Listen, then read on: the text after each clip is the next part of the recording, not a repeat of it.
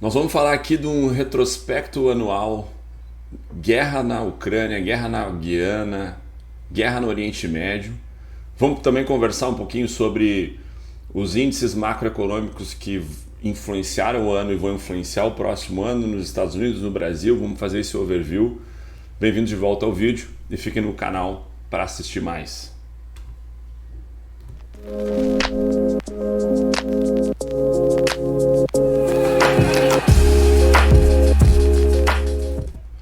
Olá pessoal, eu sou o Marcos Miller. Para quem me conhece aqui no canal, bem-vindo de volta. Para quem ainda não me conhece, bem-vindo e muito prazer. Estou voltando aí depois de um tempo parado em fazer alguns vídeos, fiquei algumas semanas parados, mas estamos aqui para falar um pouquinho aí sobre o cenário global, econômico, as guerras que estão rolando, né, os conflitos que estão rolando no mundo todo, um pouquinho sobre índices macroeconômicos que influenciaram o ano e que podem influenciar agora as próximas decisões, tanto políticas, vão influenciar suas decisões de investimento também.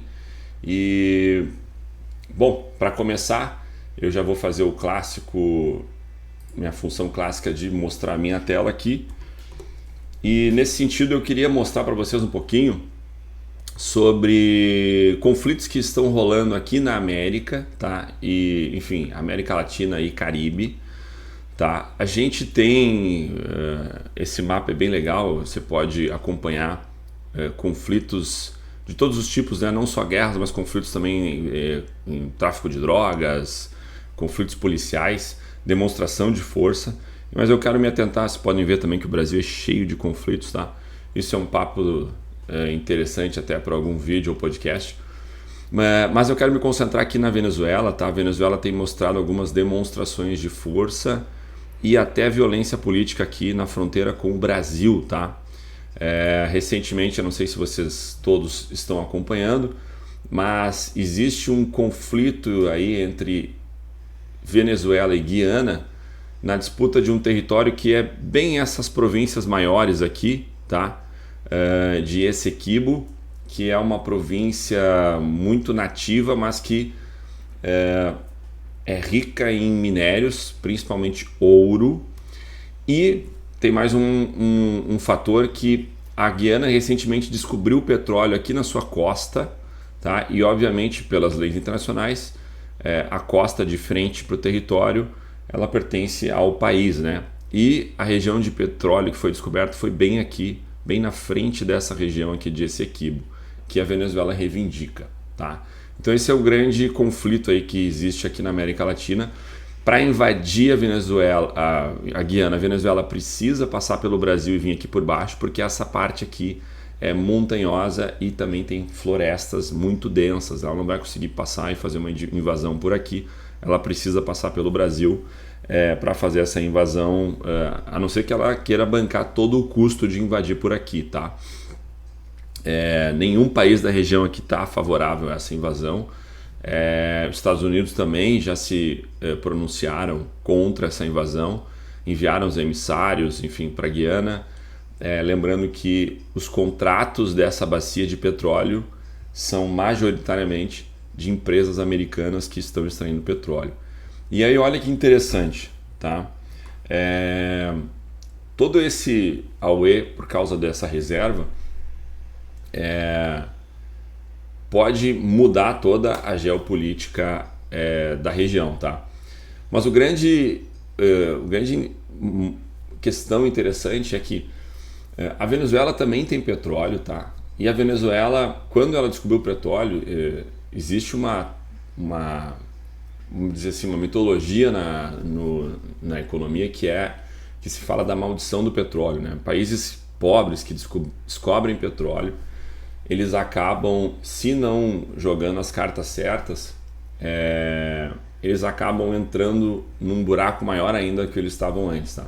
No início é muito bom, você descobre petróleo, você traz essa riqueza para o seu país, mas se você não controlar isso e montar uma estrutura em volta disso, você vai fazer com que você fique dependente de produtos e serviços de fora, né? Você vai aumentar a riqueza sem que a indústria e sem que, enfim, o próprio mercado interno de oferta, não de demanda, né, surja. E essa demanda, porque as pessoas têm mais riqueza e foi inundado de dinheiro aquele país, vai começar a ser suprida, essa demanda vai começar a ser suprida por produtos de fora, por, enfim, importações, né? Isso acontece muitas vezes com países que descobrem petróleo. E aí o grande lance disso é que quando acontece isso, o país começa a deteriorar as suas finanças e deteriorar a sua estrutura econômica, tá? Aconteceu com a Venezuela, né? A Venezuela passa por grandes dificuldades hoje, apesar de ser uma grande exportadora de petróleo. Ela não tem nenhuma outra estrutura. O governo também não ajuda, é um governo que quer controlar tudo, controlar preços. E o principal erro de qualquer governo é tentar controlar preço, que é o sinal da oferta e demanda, né? Existem algumas leis na economia que são inegáveis e que elas sempre vão acontecer. Oferta e demanda é uma delas. E o preço é o sinal dessa oferta e demanda, né? Quando o preço sobe, significa que ou a gente está com uma demanda alta, e aí é natural que surjam ofertas para essa demanda, para esse preço cair, ou existe uma baixa oferta, enfim, pela demanda que já existe. E aí a tendência é que também surja novas ofertas, né? Novos entrantes naquele mercado para suprir aquela demanda ali que está criando um valor extra, né? Tem um preço mais alto. Então, esse é um grande ponto. Agora, a Guiana, deixa eu passar de novo a janela. A Guiana pensou diferente todo esse negócio, tá? A Guiana começou a furar petróleo e ela montou um fundo, tá, de riqueza soberana e está investindo a grana desse petróleo nesse fundo, tá? Tá criando uma reserva gigantesca de capital e montou um fundo para controlar isso, para que esse dinheiro não flua direto para a sociedade e vire gasto simplesmente sem ser investimento.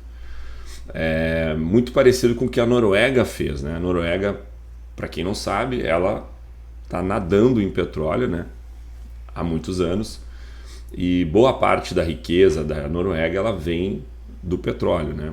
É o petróleo que permitiu que ela também crescesse outros setores, mas basicamente a Noruega é indústria farmacêutica e petróleo, tá?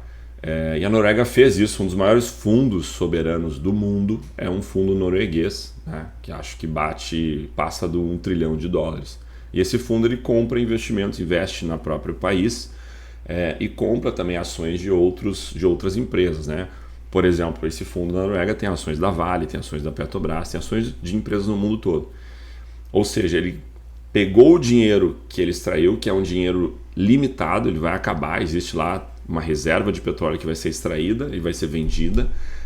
Só que esse dinheiro foi reinvestido em ações, em equity, para que isso possa crescer e gerar renda e continuar sendo investido ao longo do tempo no próprio país, tá? E a Guiana aqui, vocês podem ver que esse aqui é o crescimento do PIB anual, tá?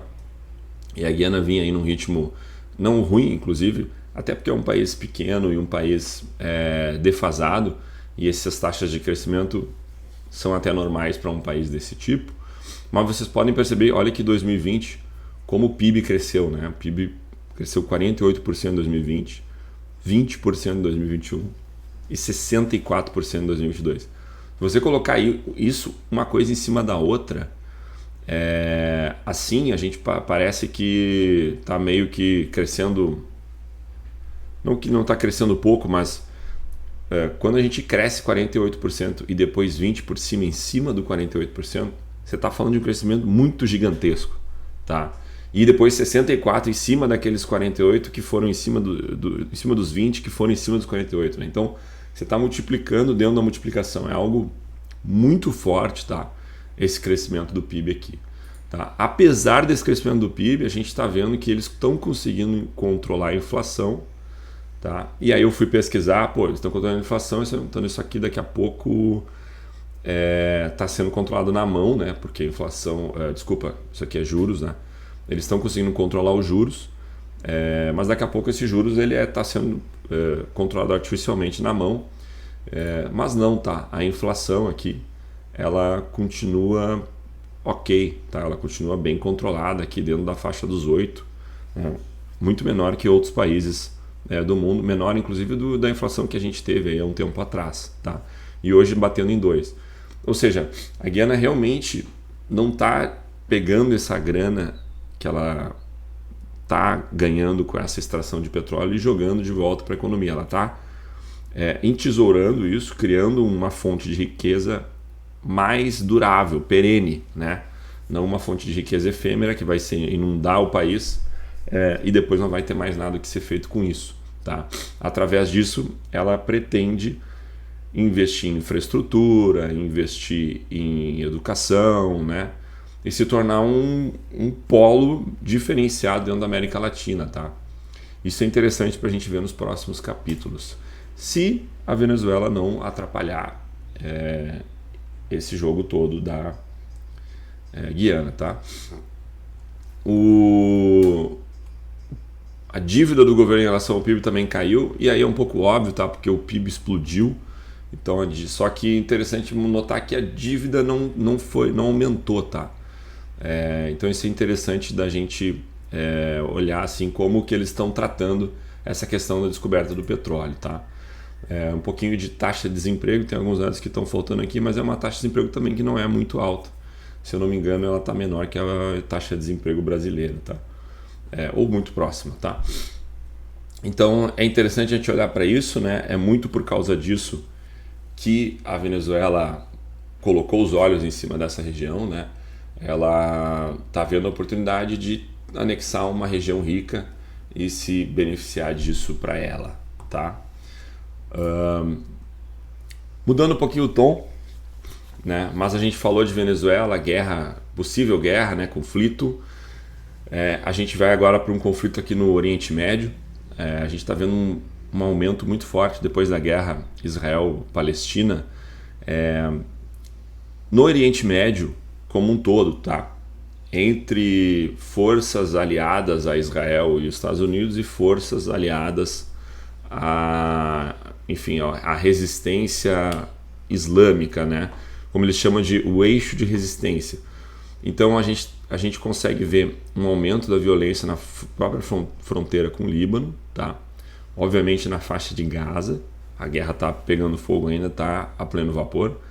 Entre Iraque e Síria, conflitos e demonstrações de força começaram a acontecer por lá, Iraque e Síria.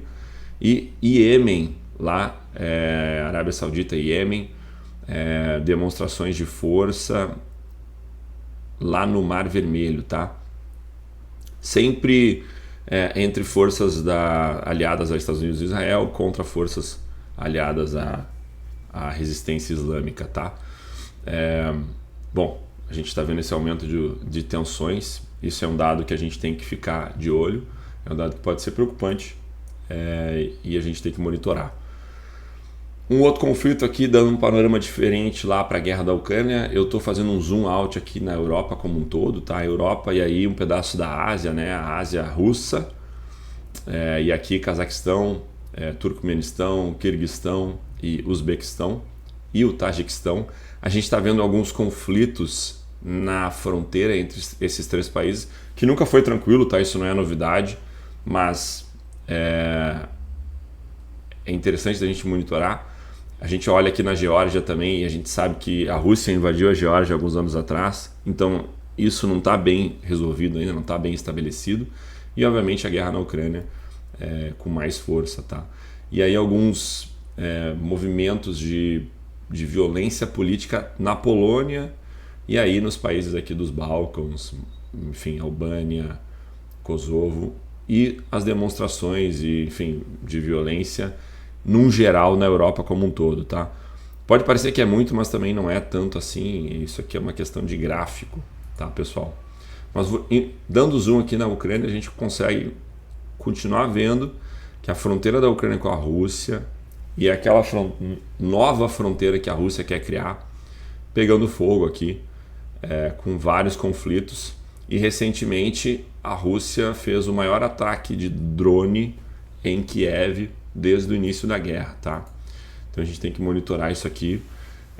Isso aqui saiu um pouco das mídias, parece que não tem mais tanto interesse assim da grande mídia tradicional, fala um pouco menos desse assunto, mas é a nossa função monitorar isso aqui para que a gente tenha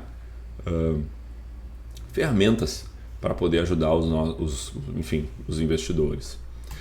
Mudando um pouco o cenário de guerra e vindo para um cenário de indicadores econômicos, principalmente dos americanos. Esse aqui é uma tela, né, macroeconômica importante. São 4 índices aqui importantes, que é o PIB. A gente está vendo o PIB dos Estados Unidos no campo positivo e as projeções sendo positivas também, tá? Com a mediana tanto na parte de baixo sendo positivo. Então talvez aquele temor de recessão, né, de PIB negativo, ele não aconteça, tá? Ele fique flutuando aqui na faixa dos 2% de crescimento do PIB, que para os Estados Unidos é uma coisa monstruosa, tá? Taxa de desemprego bem baixa, né? 3,7 em novembro, e a gente tendo projeções aí na casa dos 4, 13,5, 3,7, tá? Uma mediana de 4,1, ou seja, Estados Unidos continua sendo uma usina de criação de riqueza, de consumo, de geração de emprego, tá? E crescimento. Os Estados Unidos tem uma base gigantesca, então para crescer 2% e manter o desemprego baixo é algo muito importante. E aí os gastos, né, a inflação, o aumento dos preços também caindo e entrando numa casa mais estável, com as projeções aqui de mediana na casa dos 2,6% dessa inflação dos preços, tá? E por último, os juros, tá? O crédito, que é muito importante para todo o setor de indústria, comércio, serviço, principalmente para pequenas e médias. O crédito é muito importante para que essas empresas alavanquem, crescem, rolem dívidas, contratem mais, invistam no próprio negócio e continuem gerando renda. E a gente tem uma mediana aqui de 5,1, só que essa mediana está caindo, né? E aí se projeta que lá para 2025, 26, 27 a gente já tenha os juros na casa dos 2, 3% de novo, né? Mas eu acredito que esses juros de zero aqui, isso aqui vai demorar muito tempo para acontecer de novo, tá? Seguindo uma análise mais lógica dos Estados Unidos, que é sempre importante, eu falei nos últimos vídeos que a gente vai fazer, que é justamente monitorar a produtividade. E a gente tem alguns dados positivos aqui de produtividade aumentando, né, nesse último quartil do ano, tá? Desde 2022 ela vinha caindo e ela começou a aumentar aí no final desse ano, tá? Se você colocar aqui uma projeção, um gráfico de produtividade máxima desde 1950, 60, vai ver que os Estados Unidos ele está sempre crescendo em produtividade, tá? E a produtividade é o que leva ao crescimento de longo prazo, porque ela cria empresas mais eficientes, ela cria técnicas mais eficientes, você consegue fazer mais com o mesmo número de horas, tá? Inclusive abrindo espaço para algo que eu sou muito a favor de ser testado, que é a semana de 4 dias, né? Lembrando que quem não conhece muito bem ou não acredita, um dia o mundo trabalhava 6 dias, né? E aí o Henry Ford criou a semana de 5 dias e percebeu que a produtividade aumentava, ou seja, durante a semana tu fazia mais se trabalhasse menos, né? Porque o trabalho fica mais focado, você tem mais tempo livre, você pode aproveitar. Isso também pode gerar outras coisas, né? Pode gerar um gasto maior com turismo, um gasto maior com autodesenvolvimento, com educação, né? Pessoas podem aproveitar que tem mais dias extras para melhorar suas técnicas, estudar, viajar também, descansar. Eu acho que isso é legal de ser testado à medida que a gente está aumentando a produtividade, à medida que a gente tem uma IA surgindo, tá?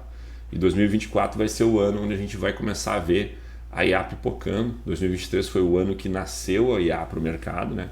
A IA já existe há algum tempo, desde antes, mas em 2024 a gente vai ver isso sendo implementado em ferramentas que qualquer um vai começar a ver. Eu acredito muito nisso, que as pessoas vão começar a ver em qualquer lugar.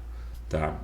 Hoje ela está restrita a algumas ferramentas que alguns empresários mais inovadores estão usando. A gente usa aqui, mas eu acredito que ela vai começar a ser percebida já na população em geral. Isso vai ter implicações bem importantes nessa questão de produtividade, tá? Apesar disso, a abertura de empregos nos Estados Unidos não está aumentando, ela está caindo, tá? Mas a gente mantém uma taxa de desemprego baixíssima de 3,7% da população desempregada, tá? Indo para o Brasil, eu queria fazer um mixzão aqui, Brasil e um pouco dos índices. Eu coloquei aqui year to date, ou seja, até agora no ano, tá? A gente tem o Ibov, que é a linha azul, crescendo 18,87%, um bom crescimento aí desde o início do ano, tá? Os índices de setores, imobiliário, né, crescendo 46,72%. E aí quem lembrar, quem me acompanha vai lembrar eu falando isso no ano passado, tá? O setor imobiliário vai crescer em 2023, tá aí, ó, 50% de aumento. Por quê?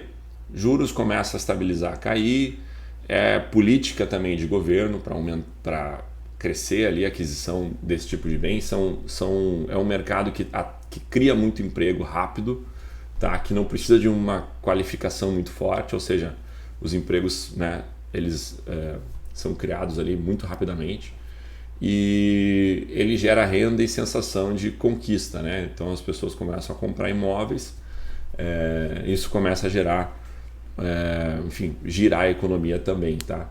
Além disso, juros caindo, né, inflação estabilizando, ajuda muito o setor imobiliário, que é um setor que depende disso, né? É um setor que as pessoas pagam em parcelas, as pessoas financiam, ninguém vai lá e fica comprando imóveis à vista a toda hora. Então é importante olhar isso aqui. Índice de energia elétrica 17%, financeiro 11%, materiais é o único que caiu um pouquinho, tá? E aí eu botei junto aqui o nosso SPX, que é o SP500, né? O índice da Bolsa Americana, subindo também 20%, um pouquinho junto com a Bolsa Brasileira, e o Nasdaq, né? Subindo também 50%, o índice de tecnologia dos Estados Unidos, né? O Nasdaq 100. Interessante olhar como o setor tecnológico apanhou no passado e está voltando aí a subir, tá? E o dólar caindo 7% ao longo do ano, tá bom? Acho que isso é interessante a gente olhar. Dólar estável, eu também falei que o dólar ia ficar um pouco mais estável, até porque o Banco Central não jogou juros para baixo de uma vez só, manteve uma taxa interessante para que o dólar fique também estável, justamente porque os Estados Unidos aumentou juros também, né? E disputar com os Estados Unidos os juros não é muito inteligente. A inflação no Brasil vem se mantendo estável, a gente conseguiu aí controlar, eu acredito. Batemos 5, fomos para 3, vamos para 5 de novo, 4,68, vai flutuar nesse nível. Isso é bom psicologicamente. A inflação tem uma das pernas da inflação é o psicológico, e acho que esse tipo de gráfico ele controla um pouco o psicológico dos empresários, dos empreendedores que vão lá e aumentam o preço, né? Taxa de juros, bom, todo mundo já sabe, estamos lá na casa dos 12%. Acho que é importante notar. Eu acredito que ela ainda cai um pouco, tá? Mas não tanto quanto as pessoas acham, né? Eu já vi comunicados do próprio Banco Central dizendo que talvez isso seja um pouco mais devagar, né? E vamos ver como se comporta. A taxa de juros baixa influencia positivamente pequenos e médios negócios. Essa taxa alta já não é tão boa para esses negócios, né? Mas é uma equação difícil, tá? São botões difíceis de apertar, porque se eu tiro de um lado eu perco de outro, né? Se eu jogo muito a inflação para baixo, juros para baixo, eu posso aumentar muito a inflação, posso aumentar o dólar, posso criar outros problemas, tá? Posso criar problemas institucionais de tipo, o Banco Central é independente, mas está influenciado pelo governo, foi pressionado. Então a gente tem que criar também alguma estrutura institucional, uma força institucional, que eu acho que é o que falta muito no Brasil. A gente é muito carente de instituições fortes para tudo, né? Juridicamente, para a gente poder fazer negócios com tranquilidade, para a gente poder contar com o poder público, enfim, para poder fazer projetos, para poder,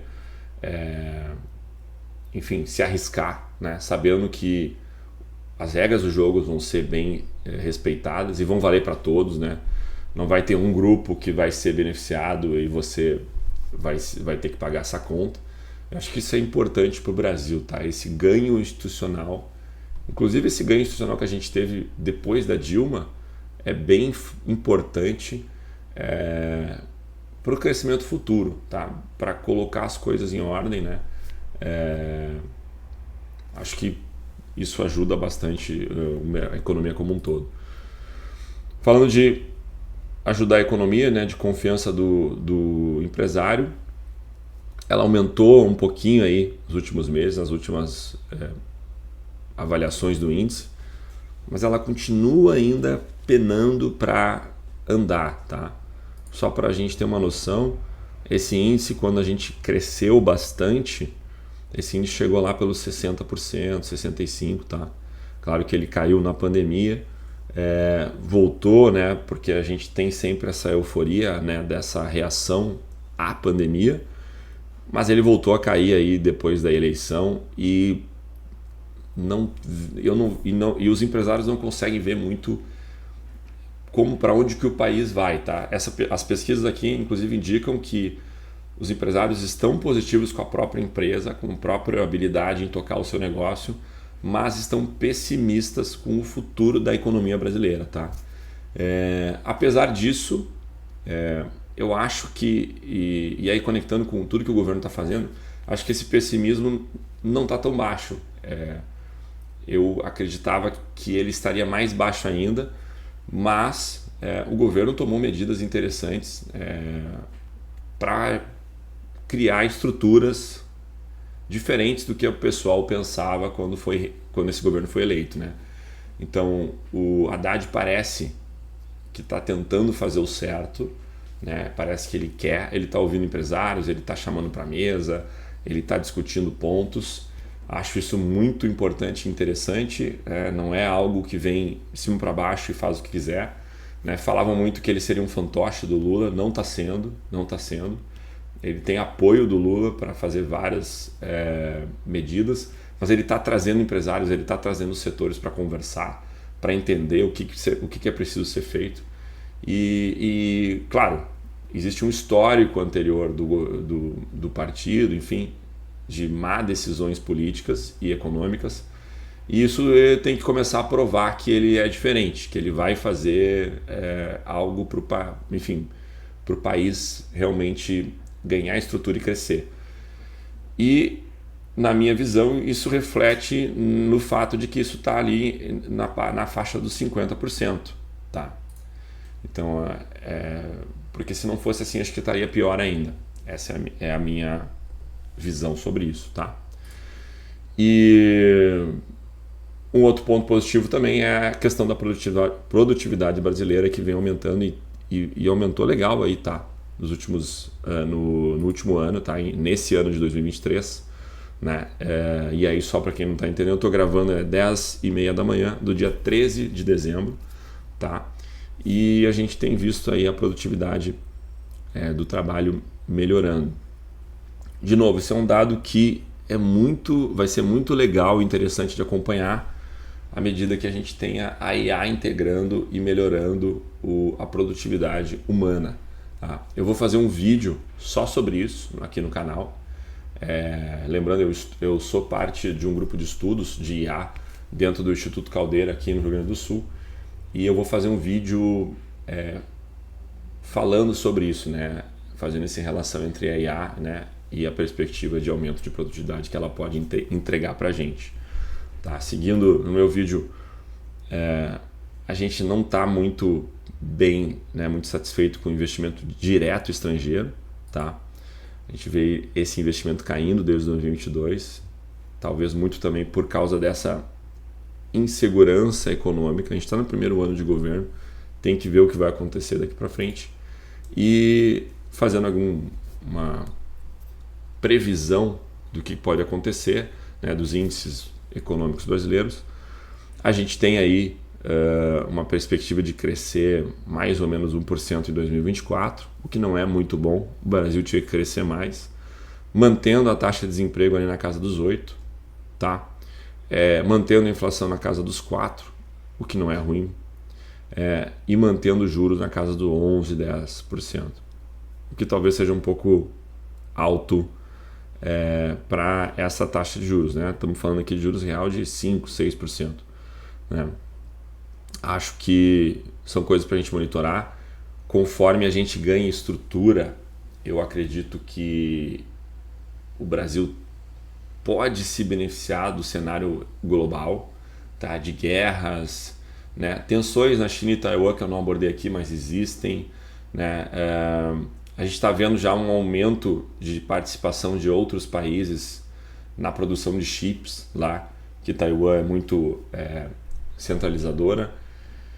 E eu acho que o Brasil, se souber jogar as cartas certas e usar os avanços tecnológicos que estão acontecendo, como a inteligência artificial, investir em educação, e aí eu até separei um gráfico aqui para mostrar o índice de educação que o Brasil se encontra. Acho que é aí que a gente vai conseguir mudar, né? A produtividade é um dos principais dados que mostra que um país está se desenvolvendo e melhorando as condições de vida da população, tá? E a produtividade é uma equação que deriva do desenvolvimento tecnológico e da educação, tá? E aí a gente tem uma notícia bem ruim para quem não sabia. A gente é o 99º país em educação no mundo. Lembrando que o mundo aí não tem 200 países aí, tá? Então, muito ruim o nosso ranking, né? Muito ruim mesmo. A gente está muito para trás, tem que ter muita coisa tem que ser feita aqui para que a gente crie estruturas, para que a gente melhore a nossa produtividade, melhore as instituições e cresça, tá? Eu não estou fazendo muito um dado de 2024, o que vai acontecer. Acho que depende muito de fatores muito pequenos, né, que alteram o curto prazo. Eu falo mais do longo prazo, que é justamente para pessoas que estão querendo construir o patrimônio e pensar sobre isso, né? O Brasil é um país com muita oportunidade, tá? Eu falo que o Brasil é uma esponja e falta jogar água para ela absorver, tá? A gente tem um potencial parado ali que pode ser muito bem aproveitado, né? A Bolsa Brasileira é barata em relação aos pares. Em relação aos nossos pares, a gente é um dos que melhores sabe jogar em cenário de instabilidade, em cenário de inflação, juros altos. A gente sabe jogar esse jogo, né? Os Estados Unidos não sabe jogar esse jogo. Os Estados Unidos, não sei para quem não sabia, mas nos Estados Unidos não existia parcelamento de compras. Isso começou a acontecer esse ano lá, por causa dos juros altos. Então, assim, são coisas que os outros países não sabem fazer, né? Esse controle de inflação, instabilidade política, o Brasil já jogou várias vezes, né? Turquia não sabe jogar direito, África do Sul não sabe jogar direito, né? A Rússia está em guerra. Então, assim, a gente tem uma certa força macroeconômica para trazer investimento se a gente arrumar as coisas, arrumar a casa, criar uma estrutura, melhorar essa questão aqui da educação. Isso aqui tem que ser melhorado ou sim, senão a gente vai estar sempre remando no mesmo lugar, tá? Queria aproveitar esse final de vídeo para falar um pouquinho sobre alguns projetos que a gente criou, tá? Nosso aplicativo já está no ar, esse aplicativo de gestão de patrimônio, tá? Onde você vai monitorar, fazer o seu orçamento pessoal, monitorar suas dívidas, criar suas carteiras de investimento baseada em objetivos específicos, monitorar todos os seus bens, tá? E a rentabilidade que esses bens estão tendo, né? Se você tem a casa que está colocando para alugar, você vai ter isso aqui. As suas proteções, apólices seguros. Nossa equipe de consultoria de Wealth te ajuda a montar isso aqui e a construir a sua carteira de investimentos. Aqui a gente tem carteiras para cada objetivo de vida, né? E o nosso sistema calcula automaticamente quanto você precisa aportar por mês, qual é a rentabilidade dessa carteira e como que essa carteira vai subindo ao longo do tempo. Tá? A gente estreou também no final de novembro a nossa comunidade, e aqui a gente tem cursos de finanças, economia. Eu tenho alguns cursos de economia, eu coloco aqui dentro também os meus vídeos semanais. A minha sócia Stephanie também tem um momento dela de conversar com os nossos seguidores e alunos, e eu acho que é bem legal, acho que é bem interessante. A gente também está trabalhando essa questão de educação financeira para ajudar a pessoa a investir melhor, construir seu sonho e chegar nos seus objetivos. Eu vou ficando por aqui, obrigado pelo vídeo. Se eu não fizer mais nenhum vídeo, um Feliz Natal, Feliz Ano Novo, e a gente volta logo mais.